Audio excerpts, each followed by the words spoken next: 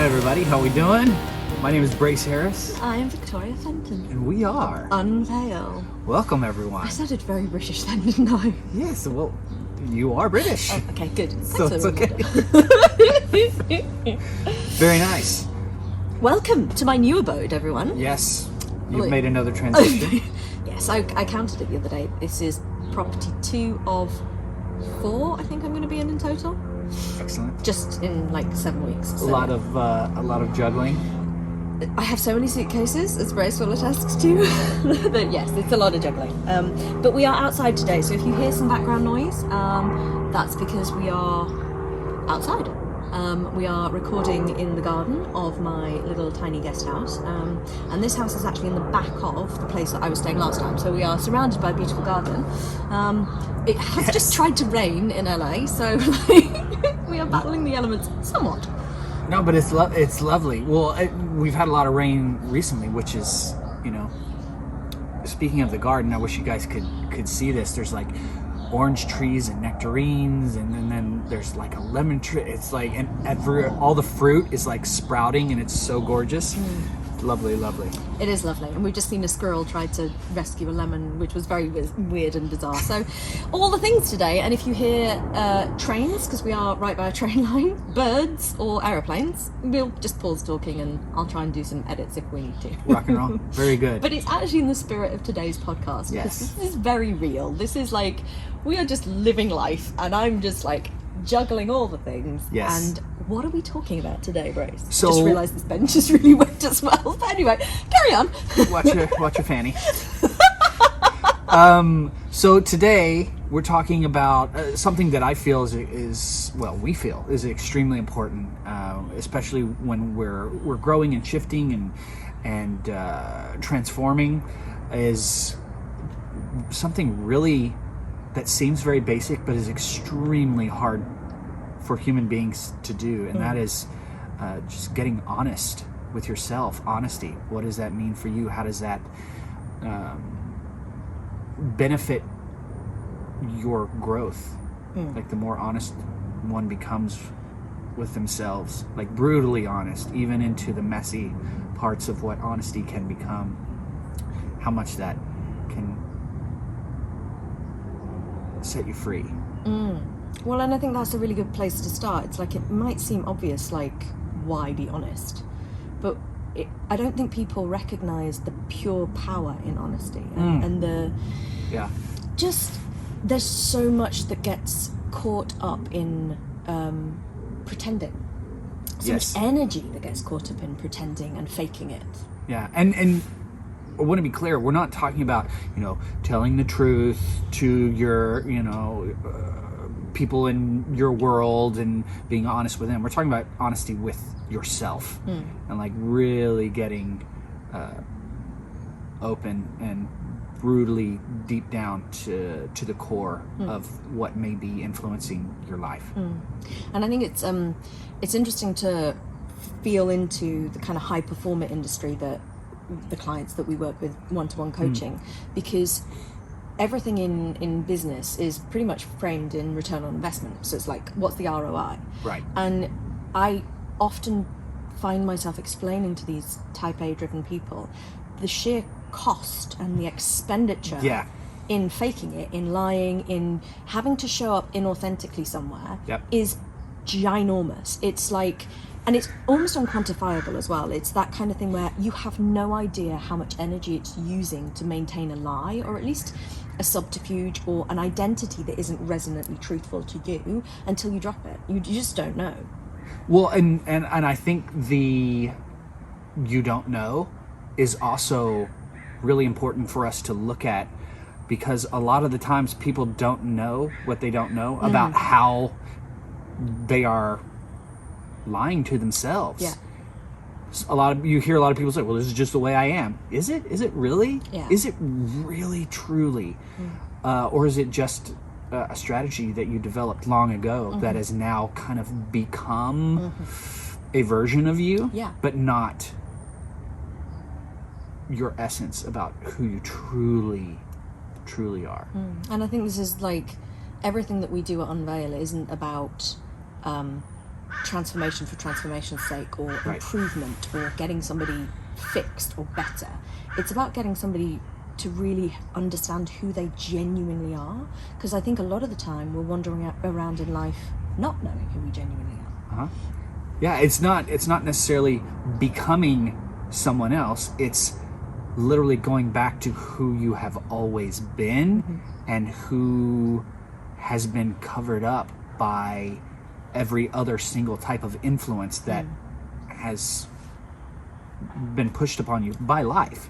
Yeah. You know, and first of all, give yourself a break, because your life in general is hard, and we make adjustments to survive within that life.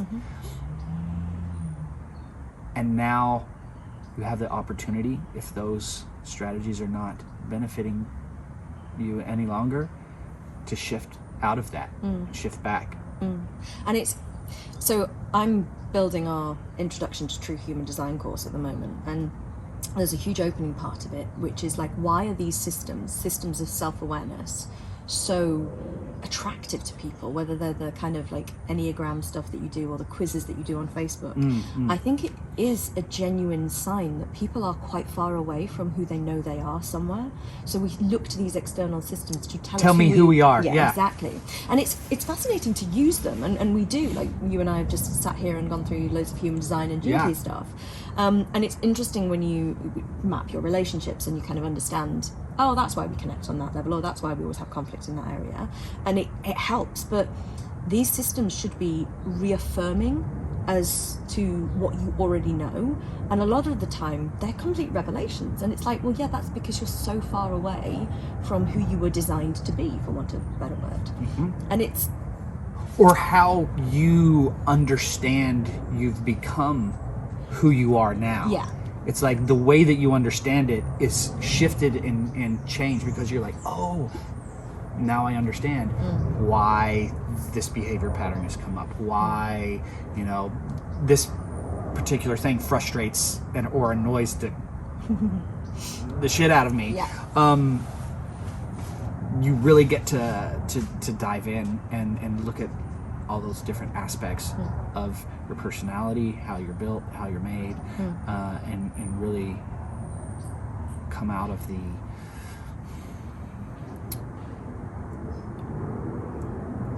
the fantasy. I love that. I love that word. It's like, I think that we end up in life creating these identities based on several things. It's like who we think we need to be for the world. Oh wow, yes, that one's huge. It's massive, and it's so determined by our life experience. And oftentimes we are running away from certain patterns that we've.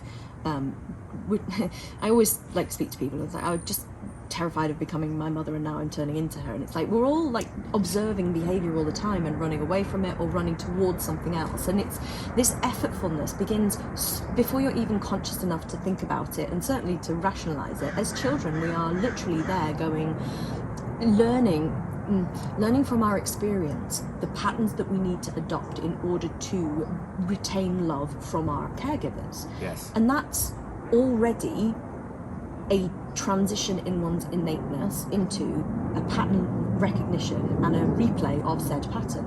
And oftentimes it's absolutely healthy, but sometimes it's actually not. And it's a compromise of self that is leaning into there being just a fantasy around who you even really are. Right. It's why people, like, you have to have the appetite for inner work. This stuff is not for everyone. I mean, obviously, if you're listening to this podcast, it probably is for you. But this stuff is, you're having to reevaluate everything you thought you knew about yourself. And so even though our ultimate goal as coaches or as trainers is to get people to a place of nervous system safety, in order to get there, they have to go through a place of nervous system unsafety. And the goal of us as coaches is to create the container which builds as much safety as possible, whilst people are pushing themselves into a space that they, for now, relate to as unsafe. And that's really the world that we're living in. Well, and I think that the getting honest with the self also can create that place of feeling unsafe. Yeah, exactly what I was trying to say. It's like how you're not lying to yourself for no reason. Exactly. There's a reason. Yeah. So this. Yeah. Please. No, it's just like, so like when you're then going to stop lying to yourself, you're taking away the security blanket of subterfuge. And even to do that, to stop lying to yourself, holy smokes. Well, I mean, even first and foremost, how can you even tell if you're lying to yourself? Well, I mean, how do you think? Well, I mean, there are definitely certain attributes that you, as our audience, could even look at yourself. It's like, where am I lying to? It's like, where are patterns repeating in your life that you're like, why do I always do that? Why am I always, doing this or doing that you are not necessarily happy with? It's like, okay, there are patterns showing up. All right, let's figure out why those patterns are showing up. Get honest with yourself and be like, okay, this pattern is showing up. Why? Am I always in a failed relationship? Or am I always making money and then all of a sudden I don't have any more money? It's like, what is coming up? And you can make excuses. Or make it about somebody else. Yes. Or something else. Yes. And I think that's a real clue as well. It's like, if all of the reasons for things not going right in your life are to do with externals and other people, yep, that cannot physiologically be true. It's like, can't. what's the common denominator here, guys? It's you every time. Yeah. So knowing that, and this is where it gets hard, it's like stepping back and be like, okay, where am I actually screwed up? Yeah, a little bit, and I think twisted. It takes doing an evaluation of your own life as well. It's like, are you not making the changes that you've promised to make? Are you not doing the workout? Are you not eating the right food? Are you consciously, behaving in a way that you are judging yourself for somewhere? It's like this stuff we don't like to look at, because we establish a pattern that feels nurturing from our place of, yeah, even if it's not good for us, 100%. It still feels safe. And it feels safe, and it feels like it's protecting us because it's perpetuating our story. Exactly. Yeah. And so a great example of all of this is kind of numbing behaviors. Anything that you're doing as an escapism, whether you're going into like watching endless Netflix and it's just your kind of thing and you're not really connecting to reality, or, for my type A driven people, if you're always working and never stopping to pause and reflect, and if your progress goals for each week are always to do with an external metric rather than and I also want to work on this, that's a sign that you're not safe with your own company. Drinking, smoking, all of these. Yeah, you can go into the ones that everyone's familiar with, but I love that you brought up are you a workaholic? Do you like really distract? Mm-hmm. You got to get honest. Like, distract yourself with work. Or worrying about other people's problems, or yes, if you're like a gossip and every time you took the words right out of my mouth. Yeah. And it's these things. It's like, if you're criticizing somebody else, gossiping, or you kind of being a bit of a bitch about somebody else, that's a sign that they've triggered something within you, because you don't gossip for no reason. You gossip because something that somebody else has done has affected you somewhere and you want to be bitchy about it. And it's like, the right thing to do if you hear yourself bitching is go, well, hang on, what did that trigger in me? Like, where did that hit in me that aggravated me? And we do this all the time. It's like, you can have this minor passing thought about some celebrity's Instagram or whatever, and it's like, well, why is their success irking you? Why are you letting that external? And it will always show you something interesting about yourself. And that's where a lot of us are like, nope, I'm not going to go there. I'm not going to go there. Yeah. And then they wonder why things stay exactly the same. It's like, whoa. It's like, because you're not willing to go there. You have to be willing to go there, guys. And it's very, very hard. And it really takes a lot of courage to do that. It seems so easy, but it is one of the hardest things to do. And what I love about it is something that becomes easier over time. Yes. And I'll share a little bit of my personal story. This first started for me with the whole being honest with myself when I was 17, when I got sick. It was like, because I was told that everything I was going through was internal and psychological, I was like, well, fuck, I don't know where that is. If that's true, I can't find that in my own brain. And that was incredibly scary, but it led me into doing a complete self-evaluation of just getting honest and more honest, because it was like, if this is... No matter what it brought up. 100%. Yeah. And so I did this with my mum, and we were sitting in brown leather armchairs in our northeast country house, and, you know, my dog was around and my cats, and just like spilling all of my secrets, no matter how much shame came along with them. That's huge. Because it was life or death for me. And so I'm so lucky that I had that experience, because it meant that I learnt how safe honesty really is. Because I am my ultimate judge, and I believe this is true for everyone. You are your own ultimate judge, and if you can hold your truth and share your shameful secrets and don't shame yourself for them and don't make it a problem, you are actually healing yourself. You're cleansing yourself as you're kind of unburdening yourself. And I also just want to point out, I mean, to get that honest with yourself, it was like life or death. Sometimes that's what it takes to get to a point in your life where it feels like life or death and you must make a change. But we would encourage our listeners that it doesn't have to go that far. Right. I mean, and there are all kinds of ways to learn this lesson. That is one of the hardest ones. So if you are feeling this tug at your heartstrings about this needs to shift, listen to that little voice, because that little voice that's tugging on you is like trying to bring you back home. Yeah. It's trying to bring you back home.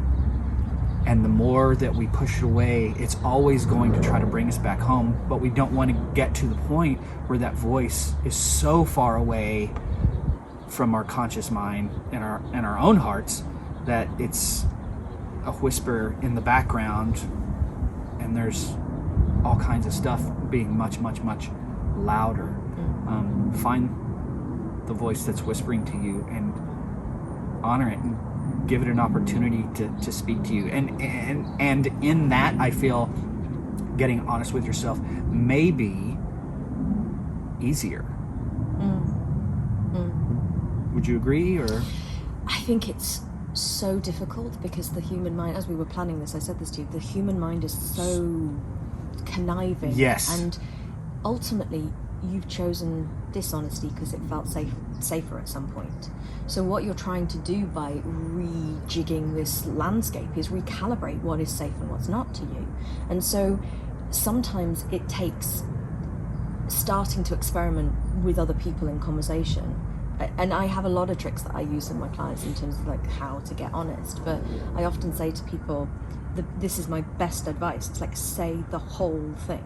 So oftentimes when we're going into a conversation with someone, it's very much like you've crafted what you think their perspective is, and so you understand what you're trying to get out of the situation, and so you kind of walk into it and you give people the second chapter of your thinking. It's like it's you, and I always say to people, no, give them the whole thing, particularly for difficult conversations. Like, show up and be, so I'm going to find this really difficult, and I'm really worried about it, and I've been thinking about this for a long time. Just tell the person that, because this is a good on-ramp to being honest with yourself, starting to be honest with other people, because sometimes you just need the feedback that somebody else doesn't go crazy on you, or you just need to feel like you don't die when you've just been super honest, like nothing terrible happens.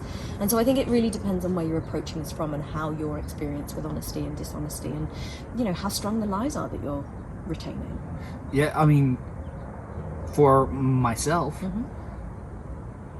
I lied to myself forever, and I would tell myself the same story. I would tell it to other people, the story of how my life was going, and but I knew the whole time. Did you? There was a deep part of me that knew the whole time, and it's easy to talk that part away. Right. Just because I have been the way that I've been my entire life. There's that part of me that knew that I was being inauthentic, but I was so scared to make any kind of shifts or changes because they were these unknowns. And so it was what seemed at the time easier to be dishonest with myself than it was to be honest. And in actuality, the opposite was true for me. It's like once I finally was like honest, I was like, oh my gosh, then there was like relief in that, because then I could let that go and understand why I had even made that agreement with myself or told myself that story. And then the honesty, like I was saying, set me free. And then I was able to move in my life in a more authentic way. And then things started showing up in my life that were actually wonderful and that were way more fulfilling. And really all it took was letting go of years of this, I can't, let this be my reality. I can't let this be my reality. I can't let this be. And it was like, finally, this is my reality. It was like, oh. And then beautiful things started coming in. It's so interesting as well, because I think sometimes I think there's a time thing with it as well, like an age thing. It's like, if you've set up the narrative of your reality, you still got time for that to come true if you're, younger. And I think as we get older, it's very much this kind of like, time runs out on the potential years you've got to make your reality fit. Right, the which lie was you're also telling you. leverage Yeah. for me to get honest with myself. Yeah. It's like, I don't want to, lay down, take my last breath and just know in my heart That it wasn't your life. that I had lived my life in fear. Oh, and I love that you said that, because it's like, fear is the bedrock of all of this. And this is again why I like trialing being honest with other people. It's because you experiencing that relief that you experience when you get honest. It's like you have to do it firsthand, and it almost doesn't matter what the other person's reaction is. You being totally clean, again one of our favorite words, with your transaction in that relationship actually does something chemically. It's like it hits different when you've been supremely honest. Yeah, I mean, it shifted all aspects of my life, like my emotional life, my physical body, energetically, spiritually, like all of it. Something was released, because it takes life force and life energy to hold on to these false narratives that we have been living with that now seem to be our just reality, the way that it is. And it's not. You get to change your story. You are the most powerful person in your life. And if you don't know that, there's work to be done, because you can get there. And if you stick to your guns and you're willing to put up with your own BS, which we all carry, you will find it. You absolutely, it's a guarantee. It's a guarantee, because you were born a certain way, and then life happens, and then all these stories we get to make up to survive. And it's not a bad thing that we do that. It's not, that's bad. No. It's actually physically impossible for that not to happen. Exactly. Because we're not born adults. We're born as, not blank slates, but things that need to mature into something. We're born with that, we have to grow up.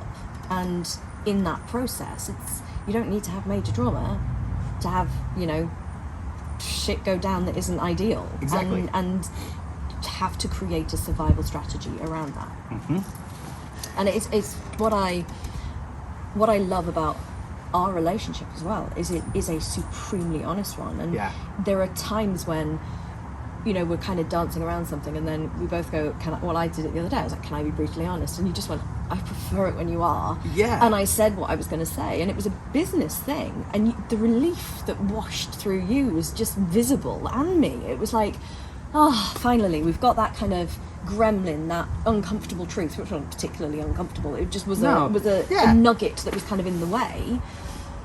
We just moved it out the way by speaking through it. And it's that if you speak to something, if you speak about something, we have huge power with our language. Huge power with our language. And I want to express to people that what you're doing when you're putting voice to these uncomfortable truths or emotions or whatever it is you're adding a frequency, literally an energetic frequency of resonance to something and getting it out of you, which is why there is so much power in speaking truth, and why there is so much power in speaking from your heart and speaking what is actually real for you, because what you're doing is you're matching the energetic expression with the internal frequency and the chemistry, and it's perfect. And I don't know why we've got some kind of horns joining us, but they're trying to emphasize the point. The train.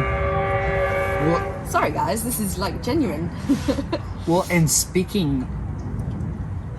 Okay, we've just made a cut for a train passing, guys. So we're back and with it, and it's like with surviving elements just.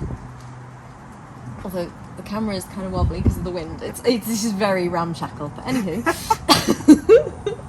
So yes, I was talking about the resonant frequency and the power of speaking to and through something, and because it actually does. Like there is all the old phrases, "The truth will set you free." It's totally accurate, and the amount of the amount of physical illness that's created by lying is also huge. You know, the amount of... Yeah, tell me more about that.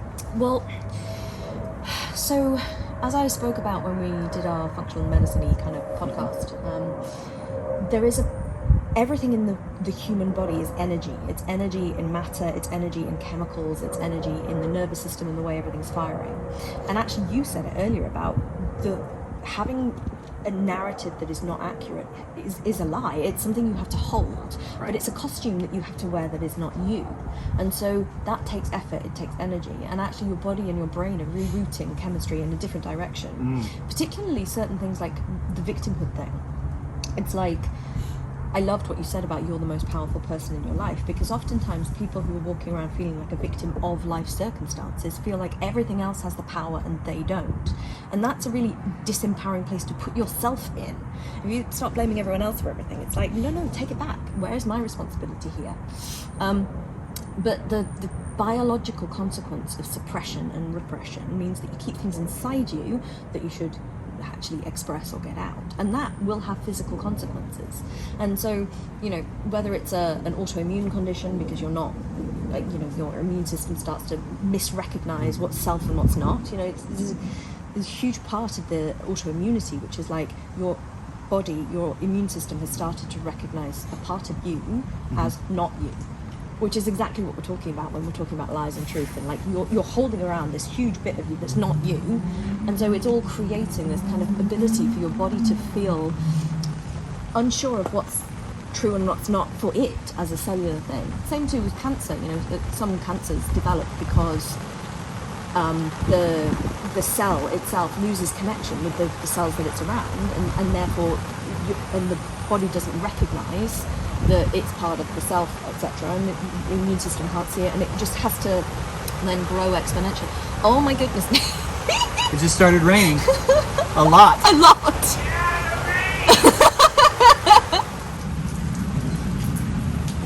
All right, so it started raining. Like massively raining, and we're kind of like covered by what is effectively a parasol. But it actually is a large umbrella, although I'm a bit soaked, so... Anywho, so yes, I was talking about the physical consequences of holding on to a narrative that is not true. Yeah, physical consequences, spiritual... well, and that, I love that you just said spiritual, because I think if you're not connected to your true self, you can't be connected to God. And you're in denial of your own innate divinity if you're creating a story. So it's not worth doing. Clear it out. Clear it out. It's like, and so basically, I think what we're trying to say is be honest. Is get honest with yourself. If you feel like you want to make shifts in your life, you have to start with brutal honesty with yourself. And that's probably not going to feel super great in the beginning. But once you get it out and you really start doing the work and you start to move through things, there's a reason we say hindsight is 20/20. It's because after you move through, you'll turn around and you'll look behind you and be like, oh man, the greatest gift I ever gave myself was literally getting honest with the stuff that I had actually put in my own way. And it doesn't necessarily happen overnight. No. But it's remarkably quick to become a habit of being more honest with yourself. Yeah, it's what you said. It gets easier as well. Yeah, but just to be really clear as well, you will go in loops of dishonesty, I think. Like, I catch myself not necessarily lying to myself as much anymore, but just not wanting to see something, so avoiding it for a bit. And then I have to pull myself back and say, okay, what's really true here? What's right here? So, yeah. And I think the most important thing that we can sort of close this podcast out by giving people is, you know, it's not just one day you turn around and you wake up and you're kind of like, oh, I'm lying to myself, let's just start being honest. Like, there's like how to get to this honesty. Yes. So, you know, we'll give you some tips and tricks of like the how, simply because it's a process. It is very so much. Why don't you give a few kind of examples? Well, one of the things that really worked for me was journaling. I'd never been much of a journaler, but the more that I journaled about things that were just really bugging me, and I use journaling in a contemplative manner as well. Do you want to explain that? Yes. So as I journal, I'm like really analyzing everything and examining my life as I'm continuing to write, and the writing also frees me up. It clears me for that honesty and that insight. It's like really, it's just mega insight into the true core of where things may be springing from. And I think it slows you down when you write. Ah, yeah. I mean, we live life at a million miles an hour, and so what Brace is talking about is handwriting a journal, not typing away on a computer. There's such a power to handwriting. Service, ladies and gentlemen. I'm tempted to leave all of that in the podcast. I love it. So for anyone watching on YouTube, what just happened is my lovely Airbnb host came out and brought us an extra umbrella. Yeah. You could see that we were like hiding. He already thinks we're insane anyway, but like particularly me, you know. Anyway, he was being very caring and nurturing, which is very lovely. So love it. So we were talking about journaling and slowing it down, and actually it giving you this kind of ability to slow yourself down, and so you can see the thoughts. Just to give people a contrast as well, you can do rapid writing, you can do free flow, stream of consciousness, a bit like morning pages, but do them at any time. And it's if people aren't clear on, and people are like, oh, I'm not really a writer, just do this. It's deceptively powerful when you slow down and write. And you know, I'm the kind of person who will buy myself nice pens and a nice book to do it in, just because it feels better. So I put on my Instagram the other day because I left my big journal here and was reunited with it when I got my suitcases back, and I was like, oh, it feels like and it's a big book, and it's like it's got my process in it, because we're not capable of processing stuff just in our minds. There is a definite value to working our way through to truth on the page. So that's definitely one way that I recommend everybody start a journaling practice. And you know, people say there's morning routines and all that stuff, and I do 30 minutes of journaling in the morning. I never found it relevant to do it at a specific time. I've always found it relevant to do it when I'm like, something's wrong, and then I go to my journal. So that's sort of one way that you could try. But I think the pausing thing, just pausing, stopping, contemplating. Like with our premier clients, what we do in our first session is a complete life audit. We're literally examining every area of your life to understand what's happening, what's real, where there are patterns, all of that. And anyone can do this. Anyone can do a life audit in all of the areas that you think you need to evaluate. So physical, mindset, work, money, career progression, family, loved ones, friends. Like, what do all of these areas look like, and how do you feel about all of these areas? Because it's not, getting honest with yourself isn't about just not lying to yourself. It's about really seeing things how they actually are. Yeah, I love that you said that. Like, getting honest with yourself is not about not lying to yourself. It's not that.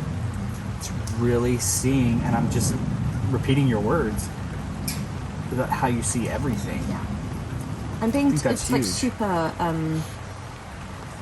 super non-judgmental about it. This isn't so you've got a reason to beat yourself up. Yeah, no, not at all. It's because you're, like, just take my example, because I'm not married with kids at my age when I really should be. It's like actually taking a cold look at that reality and understanding how I feel about it in all areas. Like, how do I feel about that? Is it a problem? Is it something that I want to be resolving? Because if you don't know where the problems are, you don't know what you're supposed to be working on either. So all of this clarity is worth getting to, and whether that's through journaling or doing, sitting down and drawing. I mean, you can Google this stuff. There's like those triangle, circle things where you can, where are you at in every area of your life? And Right. it's just like, there's so many ways to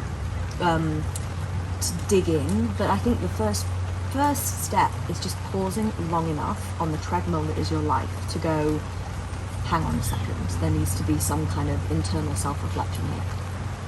It's like, okay.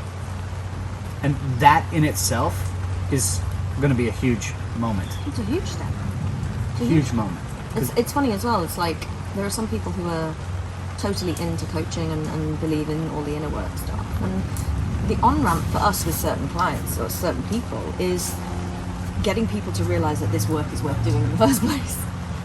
And Right. it so is. And that's I think, one of the greatest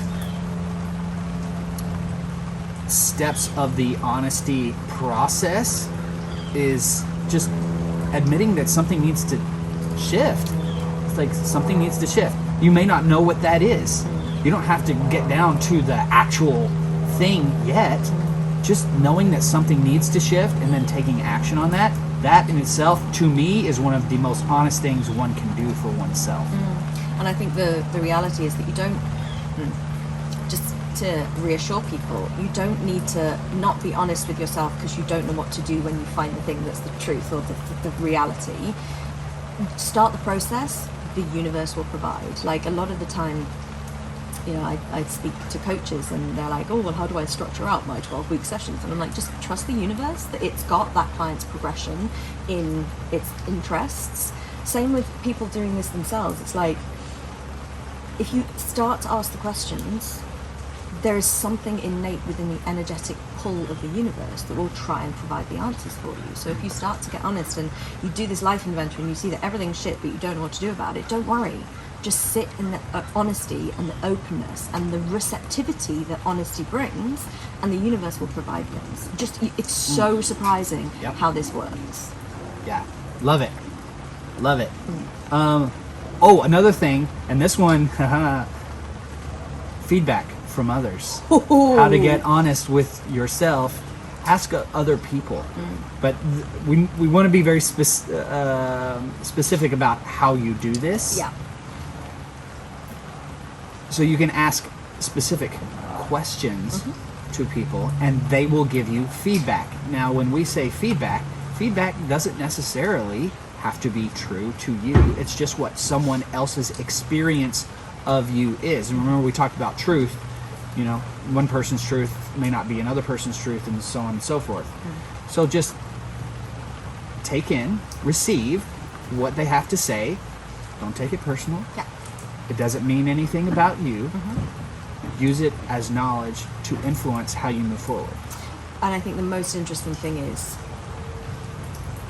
the basic way to get this feedback. You can do the full feedback interview stuff, or you can just ask people closest to you to describe you in a sentence, or to describe you in 3 words, or to tell you what they think about you simply.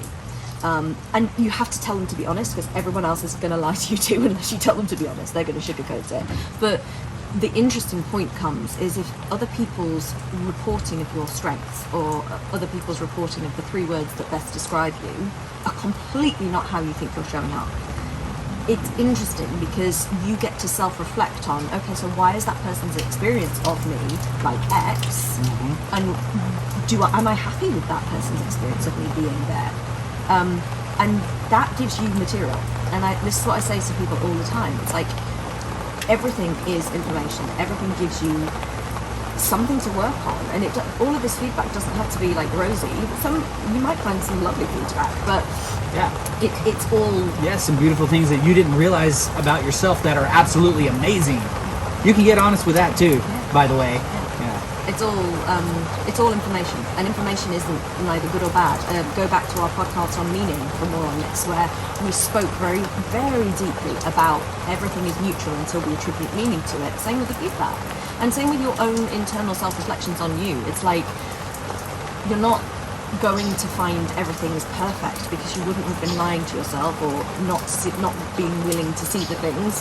If it was perfect, you would have seen it. So this is not to create a set of problems that you need to deal with. It's to create honesty from which you move forward. And I do this regularly. Life audit, time tracker audits, like just making sure that I'm set up for success by stopping and looking and evaluating. And it is interesting what you discover about where you spend your time, where your mind spends its time, all of that kind of stuff.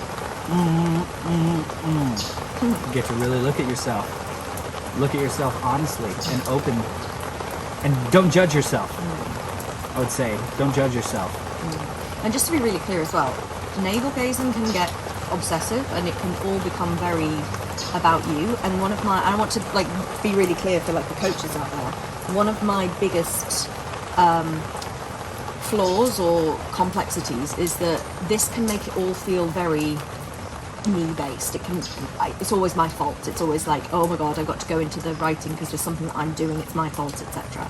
And whilst I do believe in absolute responsibility, and everything is kind of generated by your energetic attraction, which is what we spoke about last week, there is also stuff going on that you know nothing about in the universe, in other people's lives, all of that kind of stuff. And the reality is that there's a time to do all of this and get really honest and be in the work, and there is also a time to not be in the work, to rest, to regenerate, to actually allow yourself to take a break from constantly thinking, oh my goodness, there's something wrong with me, what needs work, because if you're always working on yourself, you never get the time or the moment to celebrate anything or progress. I agree.